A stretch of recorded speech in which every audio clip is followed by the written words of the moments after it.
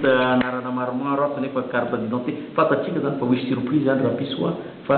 tsara io fa tena alohan'ny fifidianana tena mametrapetraky ny neutralité nyreo membre ny CENI zay miaraka amin'ireo Nations Unies, OIF sy ny PACEM sy ny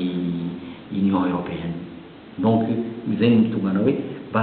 tsara ity fifidianana ty angamba ny foloa zay ilana io de foloa tena lana amin'ny fomba rananana satria mampiseho neutralité ny tsara ny CENI ary mba tokofitoy koa io amin'ny ministère de l'intérieur sy ny HCC sy ny karazany. Afa-tsy président hoan'ny vahoaka malagasy. Mbola betsaka ny zavatra tenenina amin'ny vahoaka malagasy fa ny hafa dia sotra hoe tokony verina malagasy atsika fa veriny fahendrena malagasy veriny malagasy amin'ny fitiavan-tena sy ny fitiavan-kely nefa napalaza antsika malagasy ny fitiavana fankatiavana ka